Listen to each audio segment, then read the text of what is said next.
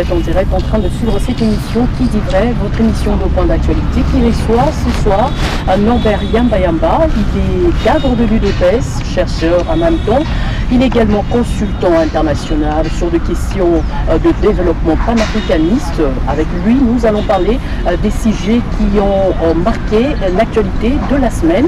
Nous parlerons de la retraite du FCC. Nous parlerons également au cours de cette émission du budget. Nous parlerons aussi de la situation sécuritaire à l'est du pays et du bilan qu'a causé la dame d'appui dans la nuit du 25 au 26 novembre courant. C'est avec Norbert Yamba que j'ai dit déjà bonjour. Bonjour madame. Et bienvenue dans cette émission Qui dit vrai. Merci pour l'invitation et je suis très heureux d'être en contact avec vous pour échanger sur des questions qui intéressent la République. Et aujourd'hui vous êtes en train d'incarner la vision panafricaniste. Le public voulait quand même savoir c'est quoi le panafricanisme et quelle est sa mission ici en République démocratique du Congo. Bon, madame, il faut reconnaître que s'il y a un continent qui souffre, qui apparaît aujourd'hui problématique par excellence, c'est vraiment le continent africain, où la pauvreté sévit à plus de 70% de la population. C'est un continent de désespérance. C'est un continent où la plupart des gens n'ont pas encore pris conscience de ce qu'ils doivent faire pour changer la situation. Déjà à l'époque, les Noirs de la diaspora avaient déjà réfléchi, ils se sont même battus, vous vous rappelez, en Haïti, il y avait une révolution à Saint-Domingue avec tout seul l'ouverture contre l'armée de Napoléon, etc. Justement pour affirmer qu'ils étaient noirs et qu'ils étaient des êtres humains et qu'ils méritaient de vivre mieux. Il y avait un autre courant, n'est-ce pas, en Amérique, notamment en Jamaïque, aux États-Unis, etc. Vous vous rappelez de Marcus Garvey, vous vous rappelez de William Du Bois aux États-Unis, etc. Tous se sont battus comme un seul homme pour que véritablement on puisse reconstruire l'unité de l'Afrique, mais on puisse aussi restaurer l'être humain de l'Afrique. Voilà, ces efforts, effectivement, ont posé des jalons. Ces efforts ont constitué un premier pas, mais ça n'a pas suffisamment avancé.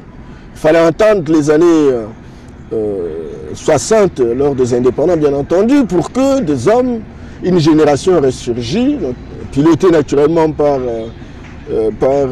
Kwame Nkrumah, Lumumba, Modibo Keïta, Sékou Touré, tous voulaient véritablement que l'Afrique soit unie, l'Afrique soit un seul pays, qu'on allait dénommer un État fédéral, les États-Unis d'Afrique. L'idée, c'est que l'union est la force des faibles.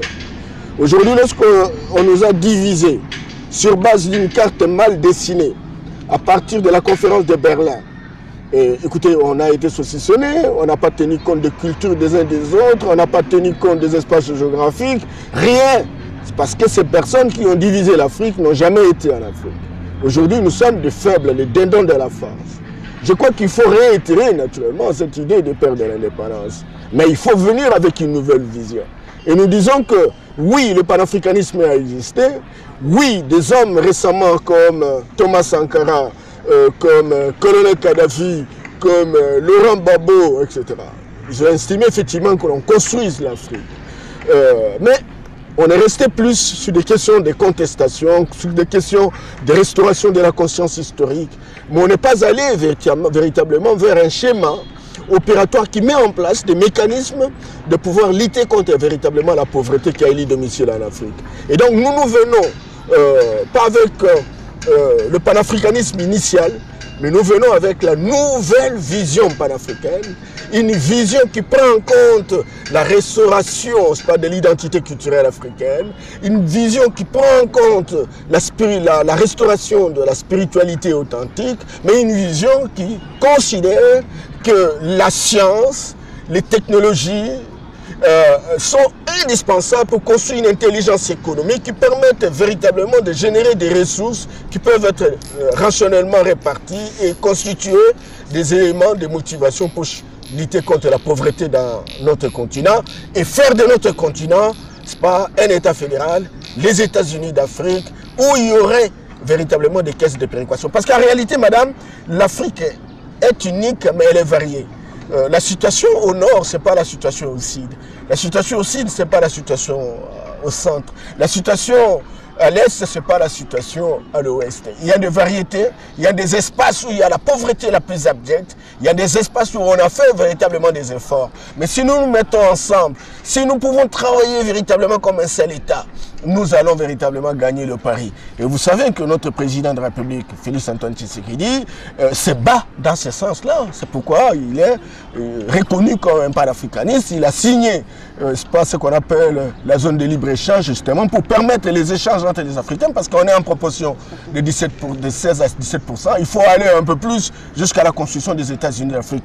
Nous avons un agenda 2063. Nous voulons véritablement contribuer pour que, avant la matérialisation de cet agenda 2063, que l'Afrique soit unie et qu'il y ait une caisse de péréquation où les ressources sont dispensées dans différentes zones d'influence de manière à construire des équilibres africains, et cela va permettre naturellement que ce soit le levier de développement entendu de notre peuple. Norbert Yamba Yamba, vous avez énuméré plusieurs choses à la fois, la science, la technologie, pour que l'Afrique puisse décoller. Mais aujourd'hui, la particularité du panafricanisme, la nouvelle vision du panafricanisme, c'est quoi exactement? La nouvelle vision du panafricanisme, la particularité, c'est la dimension holistique. C'est-à-dire, au lieu de dire que le noir a fait des choses extraordinaires de par son histoire, au lieu de dire que le noir est un être humain comme les autres êtres humains, on va prendre du temps. Il faut continuer à le dire. Mais il faut chercher des mécanismes qui permettent de montrer que le noir est capable de faire comme les autres. Et l'arme qui a servi les autres, ce sont les sciences, et ce sont les technologies, c'est de la recherche, c'est de la gouvernance. Et nous voulons dans la nouvelle vision panafricaine, tout en mettant l'accent sur l'unité de l'Afrique, mettre également l'accent sur la construction des sciences africaines, la construction de ce que j'appellerais la spiritualité authentique, pour que nous puissions construire un génie propre, nous puissions construire une pensée propre, qui nous permette d'avoir la spontanéité susceptible de créer des alternatives. Vous pouvez imaginer, madame, dans beaucoup d'universités à travers le monde, je prends Harvard, je prends Cambridge, je prends Oxford, je prends Yale, ce sont des universités qui fonctionnent, mais ce sont des universités qui ont produit des savants. Pourquoi, madame? Parce qu'au-delà des théories apprises, au-delà des pratiques réalisées, il y a la dimension mystique. Il y a la dimension. On vous attend parler, c'est ce qui a manqué, c'est ce qui manque aujourd'hui à la RDC. C'est ce qui manque. Ça puisse décoller. C'est ce qui manque. La spiritualité authentique qui va véritablement nous donner un génie propre. Et regardez, madame, vous êtes dans la province orientale, aujourd'hui la province de la Tchopo. J'arrive, je vois un guérisseur qui traitait les gens. Il faisait 300-400 opérations, interventions chirurgicales chaque jour avec un couteau. Et ça se cicatrisait le même jour. Et donc... On peut parler là de la magie? Non, ce n'est pas de la magie, c'est une technologie. Alors maintenant, il faut que nos chercheurs, qui sont des pharmaciens, au lieu de copier, de répéter à longueur de journée ce qui vient d'ailleurs, ils doivent questionner, ils doivent théoriser cette technologie et le mettre à la place publique. Je vous donne un autre exemple. Vous êtes à l'Équateur. Quand il y avait des Ingénieurs, ils avaient un mode de communication avec des bâtons. Ils t'appellent, et toi tu as ton téléphone, tu reçois et vous causez. C'est une technologie où on utilise les petits bâtons sans crédit, sans batterie. Mais c'est ce qu'on appelle réseau aujourd'hui, non? Bien entendu, mais le réseau, mais nous, il faut qu'on crée pour que ça se généralise. Aujourd'hui, les Chinois n'ont pas besoin d'aller acheter les téléphones aux États-Unis. Ils n'ont pas besoin d'aller en Europe. Au contraire, avec leur technologie, ils ont essayé d'assiéger naturellement l'Occident de manière générale, etc. Pourquoi nous, on ne le ferait pas? Pourquoi on ne le ferait pas? Regardez, on est en train de crier Ebola, on est en train de crier Sida, etc.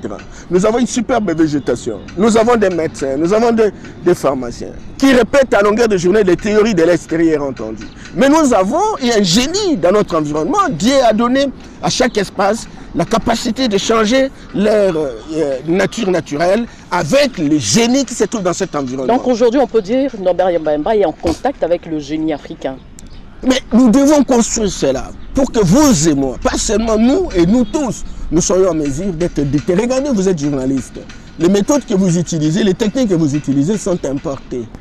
Au point où si vous ne trouvez pas de solution avec ces méthodes, s'il y a une situation communicationnelle nouvelle qui ne corrobore pas avec la théorie que vous avez apprise, et donc vous ne pouvez rien faire. Et pourtant, nous avons nos génies, nous avons des esprits de notre société qui peuvent vous dicter, n'est-ce pas, ce qu'il faut faire.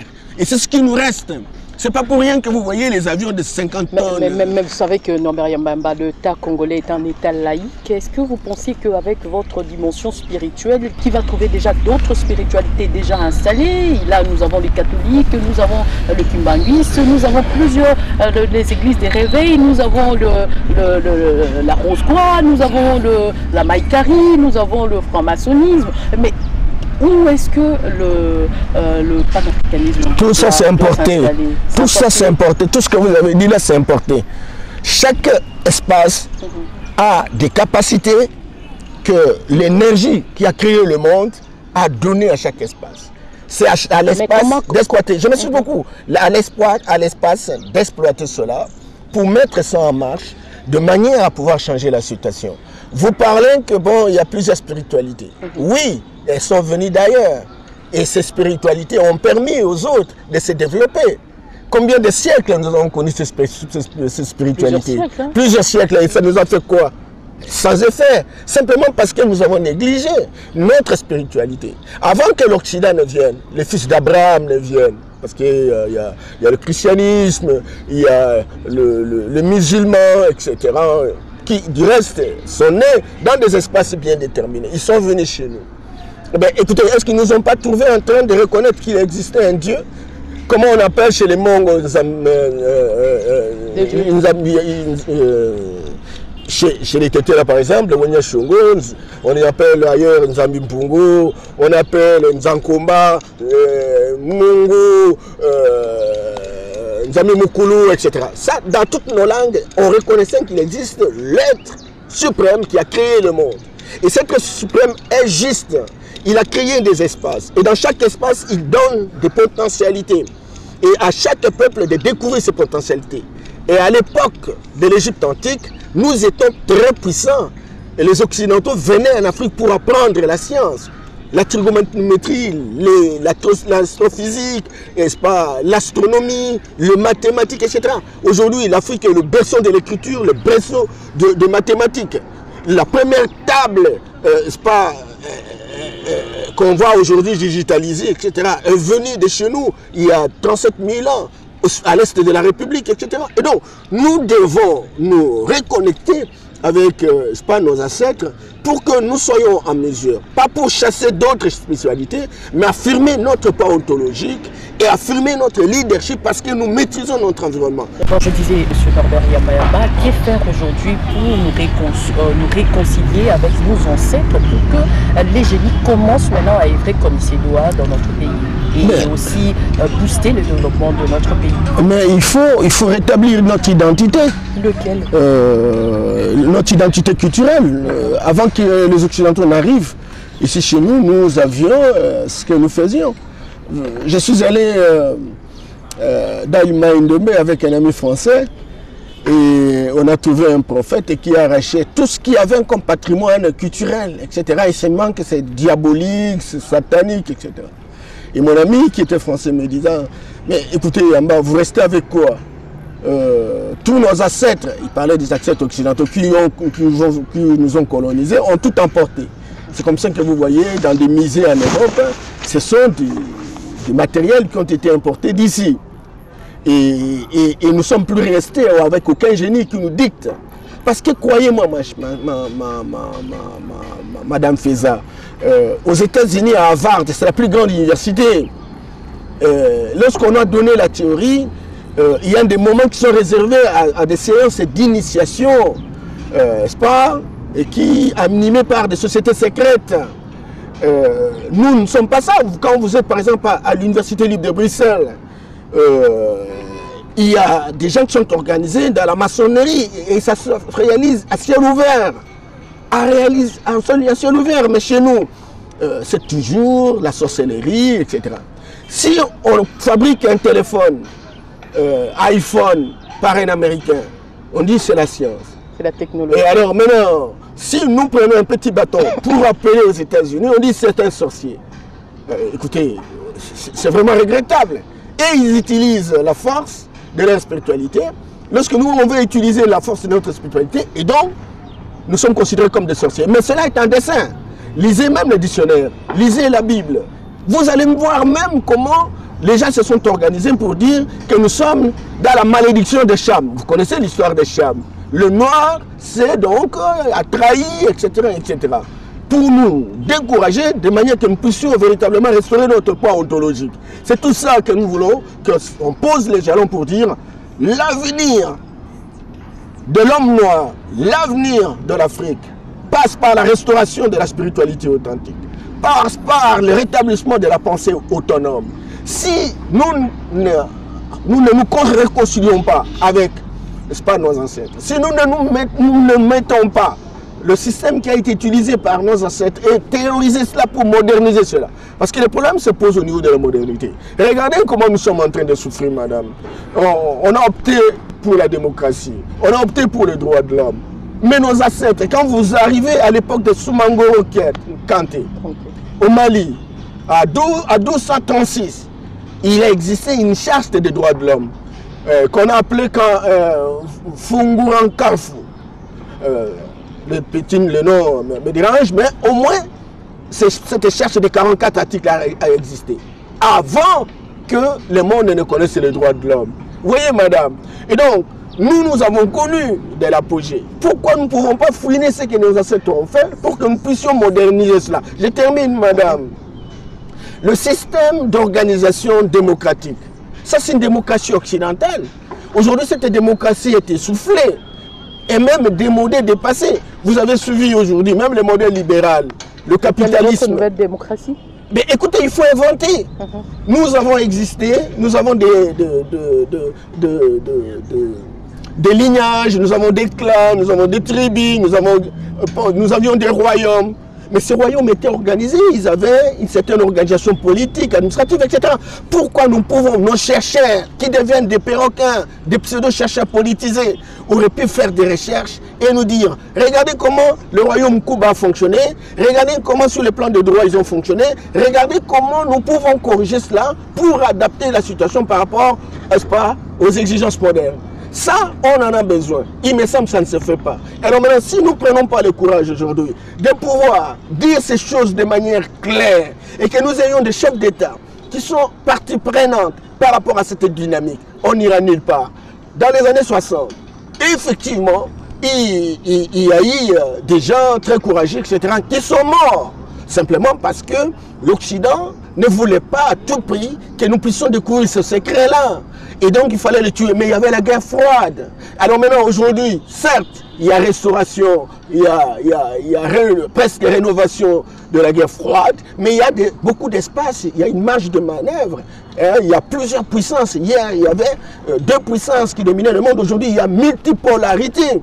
Nous pouvons profiter véritablement de cette surveillance mutuelle entre les puissances et chercher à interroger notre environnement, notre patrimoine organisationnel, politique et culturel, de manière que nous puissions, avec nos chercheurs, chercher, inventer, n'est-ce pas, un nouveau modèle, inventer un nouveau système. Nos universités fonctionnent comme des usines de fabrication de chômeurs de luxe, mais ces universités n'ont aucune plus-value, aucune valeur ajoutée. La preuve, c'est que vous avez autant de docteurs, autant de licenciés dans les institutions de la République, les pays n'avancent pas. Et quand vous êtes en Haïti, un pays indépendant depuis 1804, parce que ce sont des Noirs, la situation ne marche pas. Partout il y a des Noirs, la situation ne marche pas. Interrogeons-nous, quittons le débat des quartiers, le débat des salons. Donc on peut dire partout là où il y a le noir, dont les choses ne marchent pas. Ça ne marche pas. C'est toujours par rapport à la spiritualité. Et comment faire pour réunir tout ce peuple noir qui sont perdus partout ailleurs dans le monde? Voilà, il y a des efforts qui se font aujourd'hui. Nous, au Congo, nous avons créé la nouvelle vision panafricaine. Nous, au Congo, il y a une afrocentricité internationale qui est dirigée par Madame Amamazama, guadeloupéenne, mais qui habite aux États-Unis. Il y a Bolefi qui était en santé, qui est aussi noir américain, on les appelle des afro-descendants. Lorsque vous êtes, n'est-ce pas, dans les Caraïbes, à Guadeloupe, Guyane, Martinique, etc., il y a aussi des afro-descendants comme Philippe Omotunde. Ils sont nombreux, ceux qui aujourd'hui se battent à longueur de journée. En Afrique, n'en parlons pas.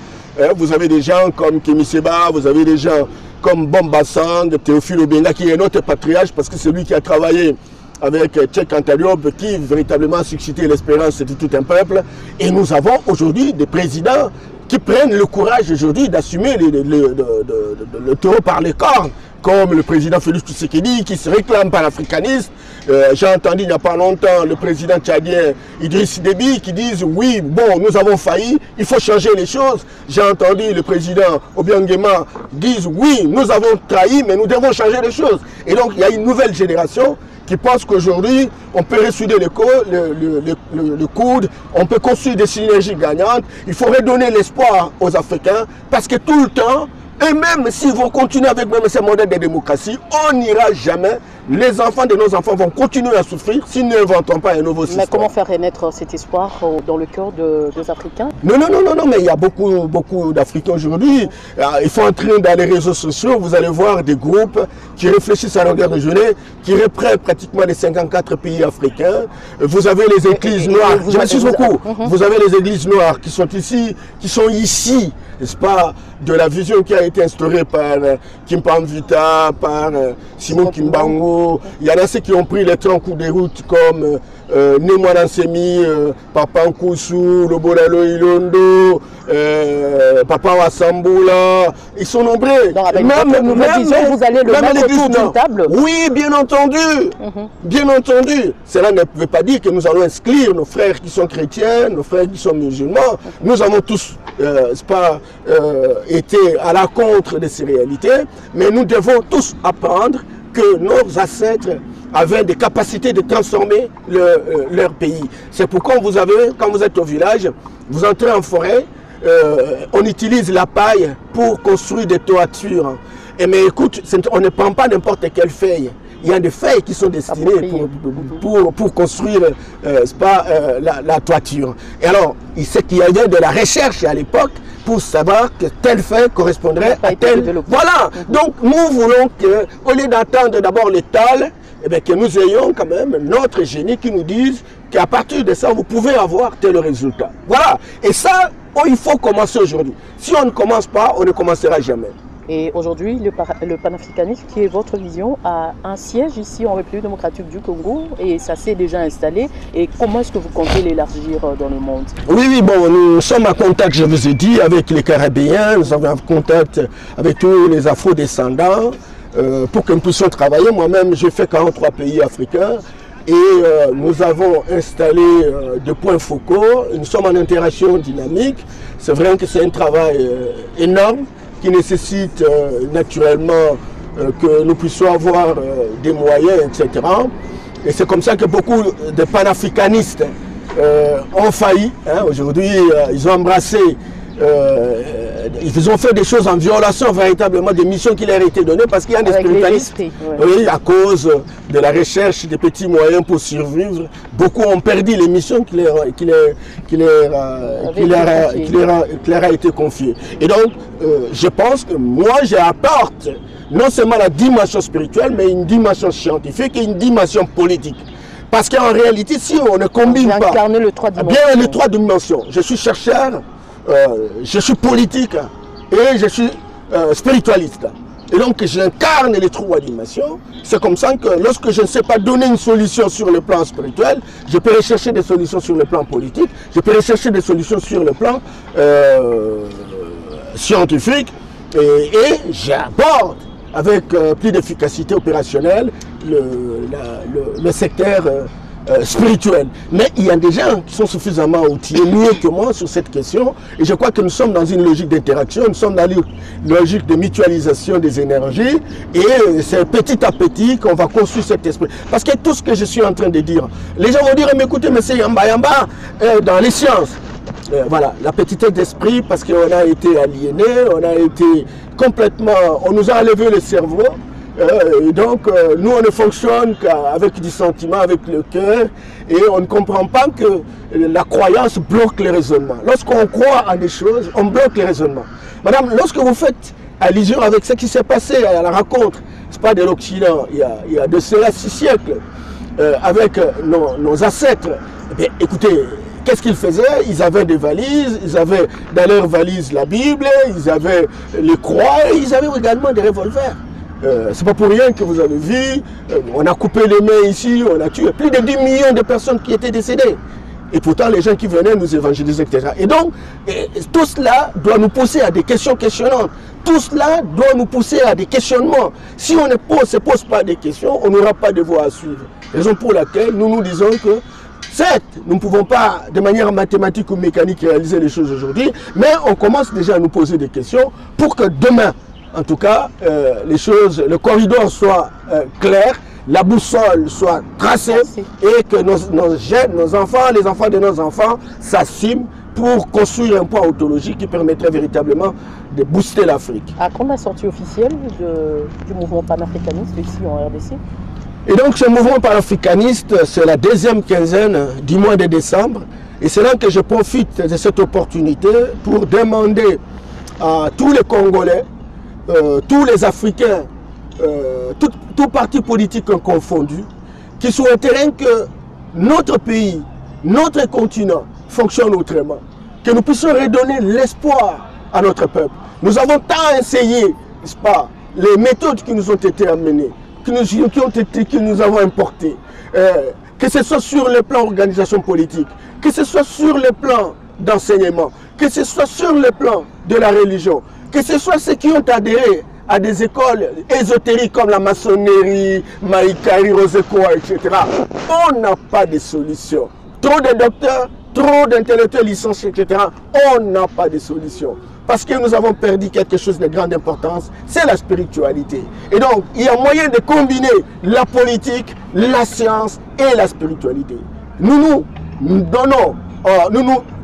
présentons un sacrifice pour dire, venez, on se conçoit ensemble. Venez d'abord la réflexion. Toutes les églises noires, y compris les églises abrahamiques, que ce soit des chrétiens, que ce soit des musulmans, c'est l'occasion que nous soyons ensemble pour que nous puissions voir qu'est-ce qui a manqué à l'Afrique, qu'est-ce qui a manqué à nos pays, pourquoi les Noirs n'ont pas l'air d'avancer, qu'est-ce que nous devons faire pour qu'aujourd'hui nous puissions véritablement avancer. C'est comme ça que la 2e quinzaine du mois de décembre, nous allons faire une sortie officielle. Nous sommes déjà connus, mais on veut des adhérents et ils peuvent à tout moment nous appeler au 082 00 199 13. Je réponds 082 00 199 13. L'idée ici, c'est que vous appelez, on prend le nom, vous aurez l'invitation et le moment venu,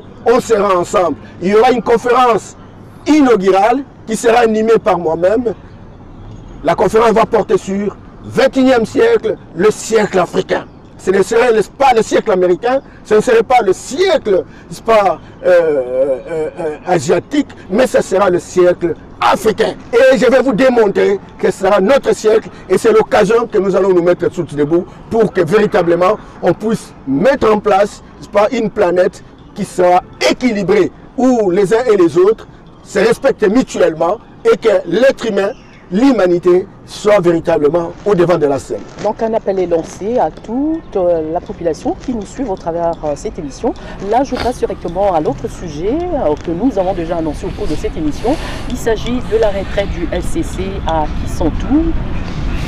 Le coordonnateur de cette structure, de cette plateforme, Némi Milania, a annoncé au cours de son allocution d'ouverture, a dit le FCC restera exigeant vis-à-vis de son partenaire quant à l'accomplissement de bonne foi dès sa part du contrat. On voulait quand même savoir de quelle allusion fait Némi Milania quand il parle du contrat. C'est vrai, et c'est là justement que je vous ai dit que tant que on n'aura pas, restauré notre spiritualité authentique, nous ne saurons pas quel a été le modèle d'organisation politique qui a fait l'apogée du Mali, qui a fait l'apogée de l'Égypte antique. Lorsqu'il y avait un pharaon, il était chef de tout le monde. Il n'y avait pas tel parti, tel parti. D'ailleurs, les questions des partis politiques, ça c'est une question occidentale, aujourd'hui qui est en désuétude, presque en échec, parce que ça ne sert plus. Vous avez suivi, même Macron est devenu président, parce qu'il ne s'est pas retrouvé dans un parti politique. Donc, nous devons réfléchir. Parce que comment voulez-vous on organise l'élection à la manière occidentale, c'est vrai. Et dans la Constitution, on vous dit, c'est la majorité qui gouverne. Mais entre-temps, il y a un président de la République qui peut être issu de la majorité, tout comme qui peut être élu. Et c'est le cas d'espèce, même si ça pose des questions sur le plan de la rationalité. Parce qu'on ne peut pas être président de la République et ne pas avoir la majorité parlementaire.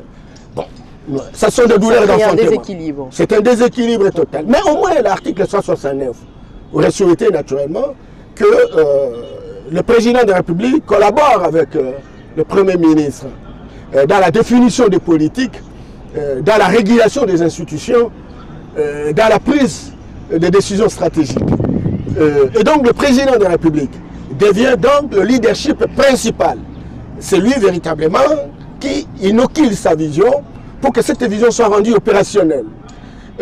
Et c'est comme ça que le FCC, encore que le FCC n'a pas participé aux élections, il y a des groupements politiques qui se font appeler aujourd'hui FCC et qui visiblement ont eu plus de députés, acceptant quelle que soit la qualité de leur provenance. Cependant, nous avons un président de la République qui a été élu au suffrage universel. La Constitution nous oblige de travailler ensemble. Et alors maintenant, pourquoi on doit travailler? Pour changer la situation de nos concitoyens, pour améliorer la situation de nos concitoyens, pour lutter contre la pauvreté. Alors maintenant, il y a un président de la République, parce qu'il faut de l'ordre, il faut qu'il y ait une unité de commandement. Et celui qui donne la vision, c'est le président de la République. On forme une coalition, c'est comme une équipe nationale. On se dit pour mieux réussir, soyons ensemble. Nous sommes ensemble. Alors maintenant, c'est comme qui dirait qu'en fait, on veut mettre en place l'équipe nationale. Renaissance arrive, il envoie 2 ou 3 joueurs. Mazembe envoie quelques joueurs. Vita envoie. Desempe envoie. Bilima envoie et d'autres, etc. Ils viennent, ils trouvent Ibenge le coach. Alors maintenant, au lieu de suivre le coach Ibenge, il dit non, nous avons nos propres entraîneurs. Et ils commencent à suivre ce que disent leurs propres entraîneurs. Comment on va gagner le match? Parce que lorsqu'on est sur le terrain de foot, à ce moment-là, celui de Mazembe va chercher à donner la passe à son coéquipier de Mazembe. Bilima va donner la passe à son coéquipier. C'est qu'effectivement, on n'a pas compris le rôle qui est le nôtre. Le rôle, c'est dire construire la cohésion, renforcer nos efforts, mutualiser nos énergies. L'idée, c'est dire gagnons. Et gagner, c'est lutter contre la pauvreté. Mais ça nécessite une certaine harmonie, où il y a quelqu'un qui impulse, quelqu'un qui pousse à ce que cela se matérialise sur le président de la République. Alors maintenant, quand quelqu'un, un privé du FCC, futur coordonnateur, va dire, écoutez, le FCC sera exigeant et à la place publique, ils savent dans quel moment, à quelles circonstances, ils ont signé ces contrats. Est-ce qu'ils n'ont pas mis en place un comité de suivi pour évaluer cela? Faut-il nous mettre à la place publique cela? C'est qu'ils sont en train de désacraliser celui qui est président de la République. Ils sont en train, n'est-ce pas, de les déconjectionner. Tout simplement parce que plus personne ne va croire à ce président de la République qui en réalité est fragilisé, n'est-ce pas, par une équipe privée. Et ça, c'est un problème réel. Et c'est là justement que je voudrais m'adresser à l'ensemble de notre peuple, y compris les gens du FCC. Vous ne pouvez pas imaginer, mes frères, certes, vous avez été tous à l'université. On a dit que vous avez eu une immensité du savoir. Et vous avez la capacité de transformer. Vous avez eu 18 ans. Notre situation n'a pas changé. Notre peuple est en train de rechercher comment s'en sortir. Aujourd'hui, cette coalition a permis naturellement de dédramatiser, n'est-ce pas, les frustrations, de dégonfler les tensions, de construire une certaine confiance, n'est-ce pas, aux institutions de la République. Pourquoi vous voulez déconstruire? Pourquoi vous voulez démolir? Pourquoi vous voulez détruire l'espoir qui est créé? Ne serait-ce que l'espoir, ne serait-ce que l'espoir. Je vous demande de gérer vos émotions. Il y a une science aujourd'hui générée par un panafricaniste, Kaliba, la manquémologie. La manquémologie, c'est une étude, c'est une science qui étudie les séquelles, les traces, on appelle ça les manquem ou les maquetas ou les maquetum. C'est-à-dire des séquelles que nous obtenons par rapport au système que nous avons subi. Si on a été habitué dans un système où on volait, si on a été habitué dans un système où on agressait, si on a été dans un système où on ne respectait pas les gens, les séquelles restent même si on veut changer. Et ces séquelles perdurent parce que c'est un handicap réel lorsqu'on veut aller vers une nouvelle direction. Je vous demande d'avoir pitié de notre pays. Pourquoi? Parce que l'Afrique a 5 régions.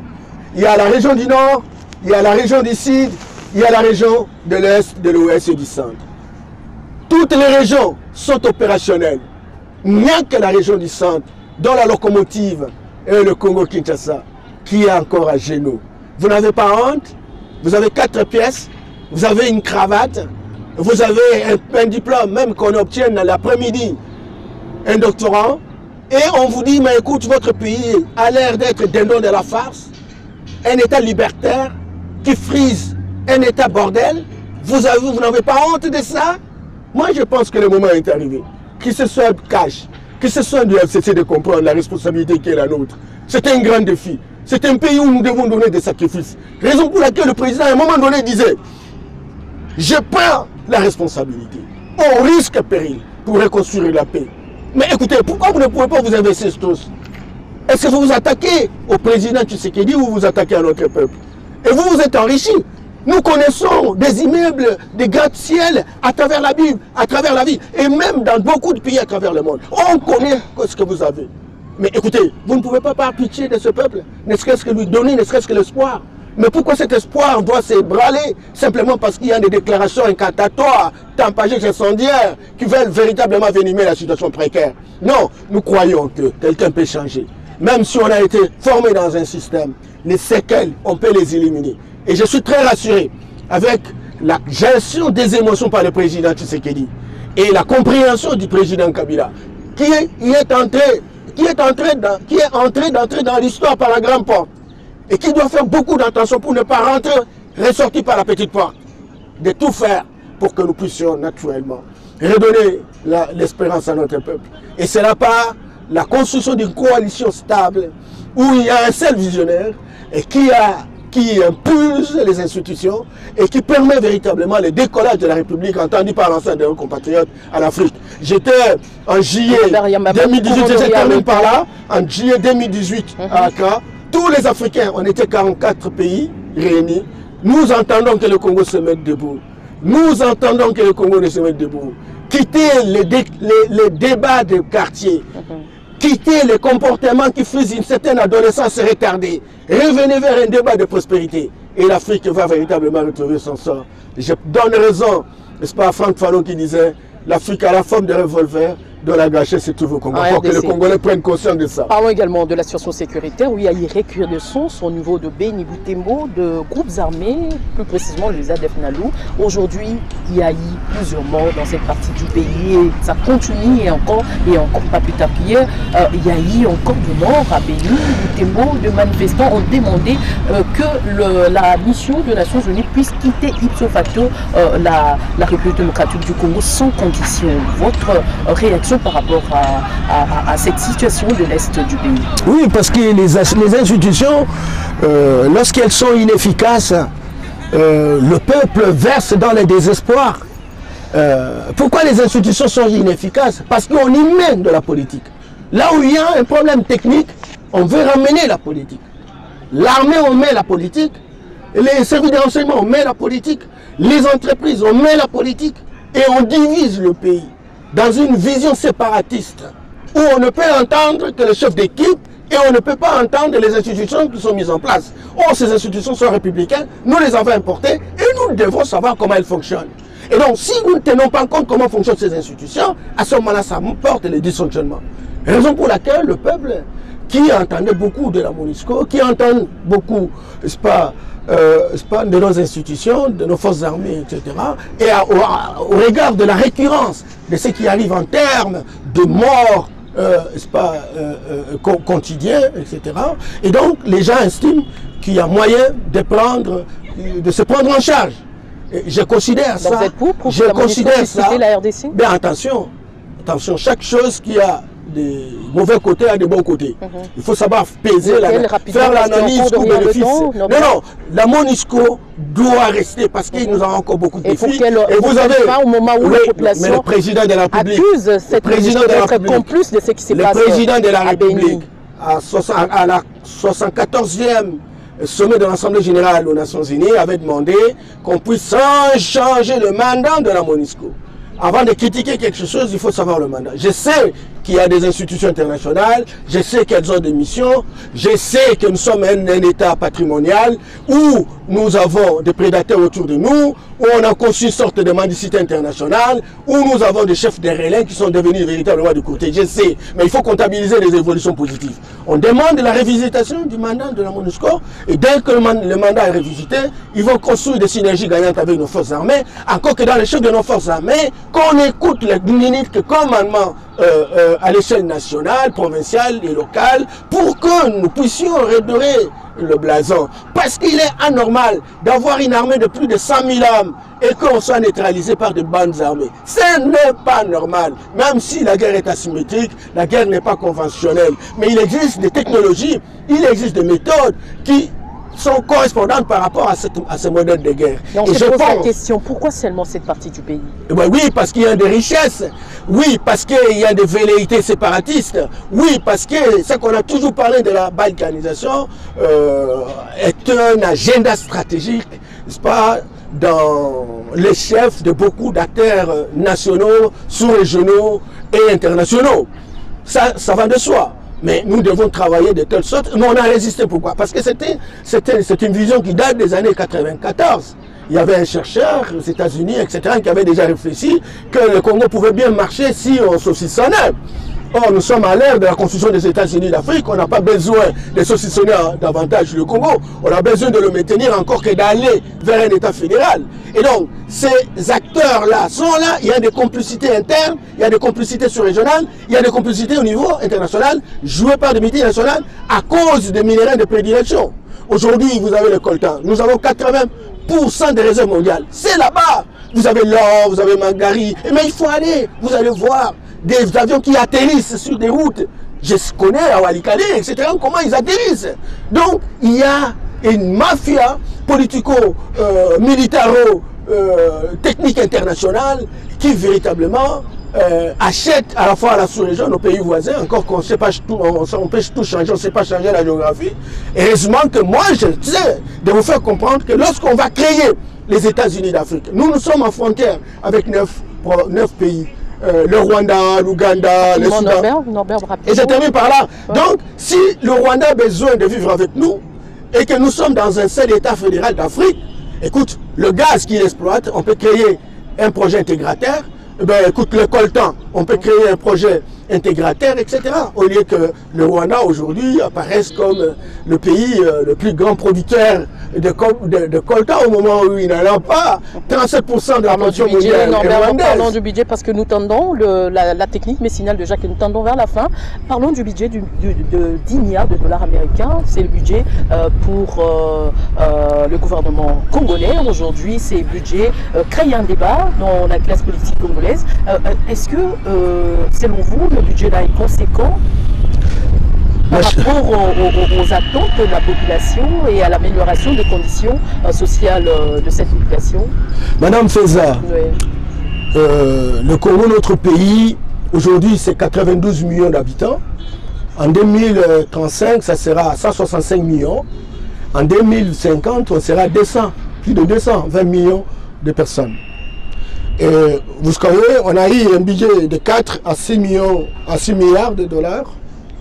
Ça n'a jamais servi à quoi que ce soit, encore que l'élite politique a construit une corruption institutionnalisée. Alors, maintenant, ça n'a jamais servi.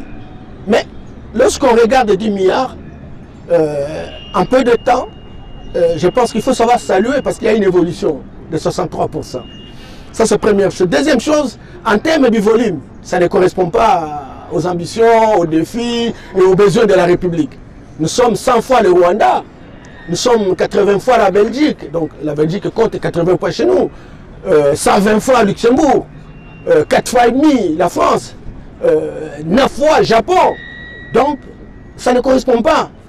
Ça ne correspond pas. Mais néanmoins, madame, ça nous donne l'espoir des hommes et des femmes qui arrivent, qui pensent qu'on peut aller un peu plus loin.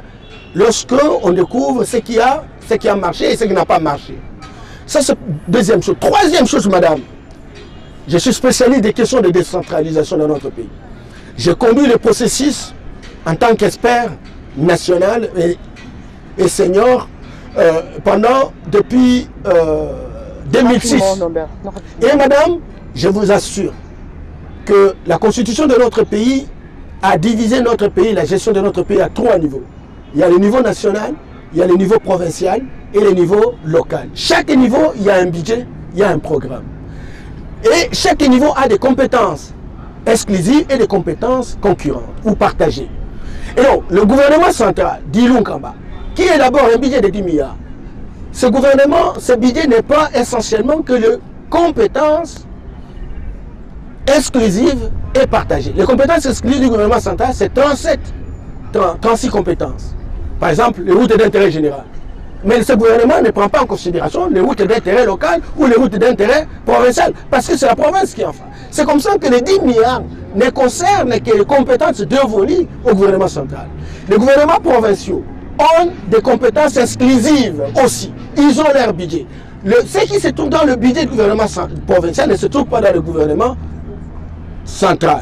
Et donc, pour parler du budget de la République, il faut donc faire l'addition de tous les budgets de 26 provinces, plus le budget du gouvernement Ilunga Kamba. Et donc, vous pouvez aller, au lieu de 10 milliards, on peut aller jusqu'à 20 ou 25 milliards. Simplement parce que c'est un budget consolidé. Donc, le budget, par exemple, du Haut-Katanga, ce n'est pas un budget pour amuser la galerie, mais c'est pour résoudre le problème. C'est comme ça que vous voyez, le gouvernement est tout le temps debout, il arrache les routes, il fait ceci, il fait cela. Donc, il faut combiner. Vous n'allez pas dire, mais écoutez, mais c'est un baba de 10 milliards. Mais non. Mais si on est au Katanga, mais le gouvernement provincial le fait. Si on est au Katanga, mais il y a la mairie qui le fait. Si on est au Katanga, mais il y a la commune, il y a le secteur, il y a le chauffeurie, et à chaque niveau, il y a un budget. Comptabilisons tout cela, encore que la classe politique se recycle, pour comprendre comment les choses fonctionnent, pour ne pas véritablement faire des déclarations de quartier qui frisent véritablement cette adolescence réprochée. Nous tendrons à la fin de cette émission. Norbert, nous n'allons pas nous séparer sans plutôt parler du dégât qu'a causé la Dame de la Pluie dans la nuit du 25 au 26. Plusieurs dégâts en vues humaines, donc plusieurs personnes ont perdu leur vie, plus de 48 personnes que l'hôtel de ville, c'est le bilan officiel de l'hôtel de ville de Kinshasa. Votre mot par rapport à ces dégâts? Je présente toutes mes condoléances au nom de panafricanistes tous, mais nos condoléances les plus attristées à toutes les familles et à notre pays pour ces drames répétitifs, ces drames qui ne nous honorent pas et qui est le résultat d'une gestion calamiteuse de la République. La ville de Kinshasa, madame, pour ne prendre que Kinshasa, a 9 965 000 km². Mais la partie habitée est de 22%. L'est de la République, l'est de la ville, c'est plus de 75%. Et l'Est, c'est pratiquement inhabité. Vous avez Kinkole, vous avez Maluku, etc. Jusqu'à dans un rayon de 250 km. Non seulement nous voulons effectivement qu'on organise, qu'on applique les vrais plans d'aménagement urbain, mais qu'on puisse véritablement aussi identifier les sites sensibles et stratégiques où le colonisateur n'a même pas accepté que les maisons soient construites dans ces endroits-là. Et que les services qui sont mis en place fassent du travail. À chaque gouvernement, il y a un lotissement. À chaque gouvernement, il y a un lotissement. Et alors maintenant, tous ces lotissements, même dans des endroits inappropriés. Et alors maintenant, on a le résultat. Je voudrais également demander à notre président de la République, lorsqu'il regarde, lui qui est qui connaît un peu le Sénégal plus que moi, il y a eu une tentative dans les chefs d'Anglois-Ouadé, aujourd'hui réalisée par Macky Sall, où on a trouvé que Dakar était complètement, j'allais dire, étouffé à cause d'une forte densité. Et qu'est-ce qu'ils ont fait? Ils ont longé la route jusqu'à 40 km à Damanjo et ils ont fait une maquette où on devrait construire une nouvelle ville. Et dans cette maquette, ce n'est pas le gouvernement qui sort l'argent. On fait la maquette et on en fait une publicité pour dire voilà là où se trouveront les églises, voilà où se trouveront les universités, voilà les centres commerciaux, voilà les hôtels, voilà. À ce moment-là, les investisseurs, surtout lorsqu'on améliore le climat des affaires, ils vont venir et ils vont commencer à construire. Aujourd'hui, dans Manjo au Sénégal, c'est fantastique. Les gens viennent et ils construisent sur la base du plan d'aménagement qui a été fait par le gouvernement de la République. On peut véritablement construire une nouvelle ville à l'est de la République. Parce qu'en réalité, on est en train de voir comment, à l'est de la ville de Kinshasa, donc on est en train de voir comment les gens construisent aujourd'hui de manière une urbanisation galopante et sauvage. Il faut qu'on arrête ça. Il faut qu'on arrête qu'il y ait un plan d'aménagement urbain et qu'on puisse même au parti de la ville de Kinshasa renvoyer le port à Maluku. Et à partir de notre ici, on met en place même des grandes constructions qui sont liées naturellement à une certaine modernité, etc. Et c'est de ça qu'on va décongestionner la ville. On construit même de certains ministères vers l'est de la capitale, etc. Et au lieu d'avoir le même niveau, le même rythme, que tout le monde vienne le matin vers la ville, comme si on était à l'époque coloniale, parce que c'était ça la politique coloniale. On peut changer, les gens viennent à la Gomé, les autres partent à Maluku. C'est là qu'on va véritablement résoudre les problèmes de transport, on va réduire les problèmes j'allais dire, des catastrophes. Aujourd'hui, maintenant, et j'ai terminé par là, parce que je lisais ce matin, il y a une nouvelle discipline qui arrive, la collapsologie. Ça, c'est Sévigné Pablo, qui explique comment le monde est en train de s'effondrer. Et qu'à partir de 2020, donc, on va assister à des grandes inondations, à des grandes catastrophes qu'on n'a jamais vues, à cause du dérèglement climatique. Et si on n'a pas un gouvernement visionnaire qui met en place les dispositifs pour résoudre, on va être rayé dans cette ville, encore qu'en Europe, aux États-Unis, ils cherchent même une autre planète parce que la situation deviendra gravissime. Donc il faut que nous prenions, dans la mesure du possible, nos responsabilités pour que nous ne puissions pas subir les événements. Merci Norbert Yamba d'avoir répondu à notre invitation. Là, je rappelle à nos téléspectateurs qui nous suivent au travers de cette émission que nous avons reçu sur ce plateau Norbert Yamba. Il est chercheur, il est consultant international sur des questions de développement panafricaniste. Oui. Il est également cadre de l'UDPS. Donc avec lui, on a échangé sur plusieurs questions d'actualité, entre autres la nouvelle vision panafricaniste. Donc là, je dis merci à tout le monde qui nous ont suivis partout dans le monde, en France, en Europe, aux États-Unis, en Chine, en Afrique du Sud, en Angola. J'ai dit également merci à mes techniciens. Là, je dis merci à Jérès Mabika, Tonton Ebongo, Brandon Miladou, Bijunjo Dubateko, Hervé Kachama pour leur appui technique. Quant à moi, je vous retrouve dans un autre numéro avec le même plaisir. Au revoir.